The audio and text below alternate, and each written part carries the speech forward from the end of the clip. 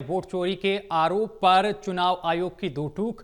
चुनाव आयोग की तरफ से कहा गया है कि हमारे लिए ना कोई पक्ष ना विपक्ष, सब समक्ष। ये चुनाव आयोग की तरफ से कहा गया है। वोटर लिस्ट में त्रुटियों की जानकारी राजनीतिक दल दें, यह भी चुनाव आयोग की तरफ से अपनी प्रेस कॉन्फ्रेंस में कहा गया है। वोट चोरी जैसे शब्दों का इस्तेमाल ठीक नहीं है, ये चुनाव आयोग की तरफ से कहा गया है। सीईसी ज्ञानेश कुमार ने यह कहा है। तो ये बड़ी जानकारी हम आप तक पहुंचा रहे हैं। चोरी जैसे शब्दों का इस्तेमाल संविधान का अपमान नहीं तो और क्या है। एसआईआर के जरिए डुप्लीकेट ईपीआईसी नंबर खत्म होंगे, यह चुनाव आयोग की तरफ से कहा गया है। और क्या कुछ चुनाव आयोग की तरफ से अपनी प्रेस कॉन्फ्रेंस में कहा गया है, आइए हम आपको सुनवाते हैं। लगभग सभी राजनीतिक दल मतदाता सूची में त्रुटियों के सुधार के लिए मांग करते रहे हैं और इसी मांग को पूरा करने के लिए ही चुनाव आयोग ने गहन पुनरीक्षण अर्थात स्पेशल इंटेंसिव रिवीजन एसआईआर की शुरुआत बिहार से की है।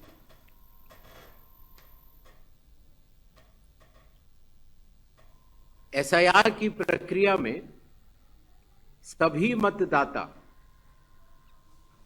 बूथ लेवल ऑफिसर्स और सभी राजनीतिक दलों द्वारा नामित 1.6 लाख BLAs ने मिलकर एक प्रारूप सूची तैयार की है। इस प्रारूप सूची की एक कॉपी आप सभी लोगों को दी गई है, जिसमें कि हर बूथ में जब यह प्रारूप सूची तैयार की जा रही थी तो सभी राजनीतिक दलों के बूथ लेवल एजेंट्स ने उसे हस्ताक्षर के साथ भी सत्यापित किया है। इस प्रारूप सूची में त्रुटियां हटाने के लिए एक बार फिर निर्धारित समय परिधि में सभी मतदाता और राजनीतिक दल मिलकर अपना बहुमूल्य योगदान दे रहे हैं। विगत आंकड़ों के अनुसार स्वयं मतदाताओं ने लगभग 28,370 ऐसे क्लेम्स एंड ऑब्जेक्शंस दिए हैं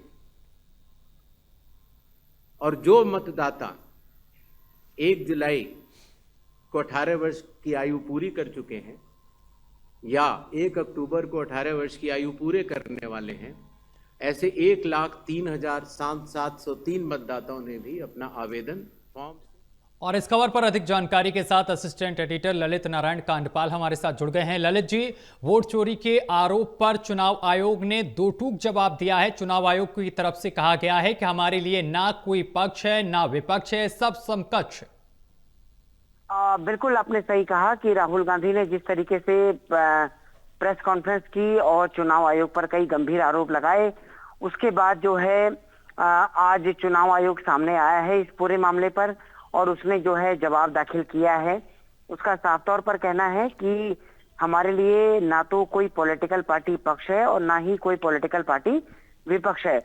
उनका साफ तौर पर कहना है कि जो किसी भी पॉलिटिकल पार्टी का जन्म जो है वो चुनाव आयोग में रजिस्ट्रेशन के साथ ही होता है, तो उसके लिए तो किसी भी तरह का भेदभाव होना ये संभव ही नहीं है। उन्होंने दूसरी बात ये भी कही है कि राहुल गांधी ने जिस तरीके से आरोप लगाए, उन्होंने कहा कि चुनाव आयोग किसी से डरता नहीं है और जिसने भी आरोप लगाए हैं उनको ये आरोप साबित करने चाहिए। और जिस तरीके की बातें कही गई हैं, उन्होंने कहा कि पिछले लंबे समय से जो है मतदाता सूची में त्रुटियों की बात सामने आ रही है। अब हमने अगर इसको लेकर एक अभियान चलाने की कोशिश की है तो उसको लेकर जो है बड़े पैमाने पर विवाद हो रहा है। तो आज उन्होंने खुलकर कई सारी बातें रखी है, लेकिन सवाल यह है कि जब संसद का सत्र चल रहा है तो उसके बीच में कल जो संसद का सत्र होगा तो उसमें विपक्ष किस तरीके से उनकी प्रेस कॉन्फ्रेंस को लेता है, क्या बातें कहता है, ये देखने वाली बात होगी सत्यम जी।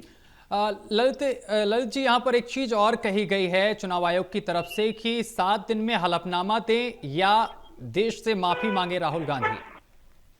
बिल्कुल, देखिए चुनाव आयोग ने पहले ही ये बात कही थी कि राहुल गांधी को या तो हलफनामा देना चाहिए या फिर उनको माफी मांगनी चाहिए। अब कुल मिलाकर के राहुल गांधी ने अभी तक तो इस बात से इनकार किया है कि वो हलफनामा नहीं देंगे, लेकिन क्या वो कल या आने वाले दिनों में क्या हलफनामा देते हैं, क्या उनकी पार्टी फैसला करती है, ये एक समझने और देखने वाली बात होगी। आज जो है चुनाव आयुक्त ने कई सारे विषयों पर अपनी बात रखी है और अब चुनाव आयोग के जवाब देने के बाद पूरे मामले में जो है विपक्ष के रिएक्शन का इंतजार हो रहा है कि आखिरकार वो इसे किस तरीके से देखता है। जी बिल्कुल, बहुत शुक्रिया आपका ललित जी हमारे साथ जुड़ने के लिए और तमाम जानकारी साझा करने के लिए।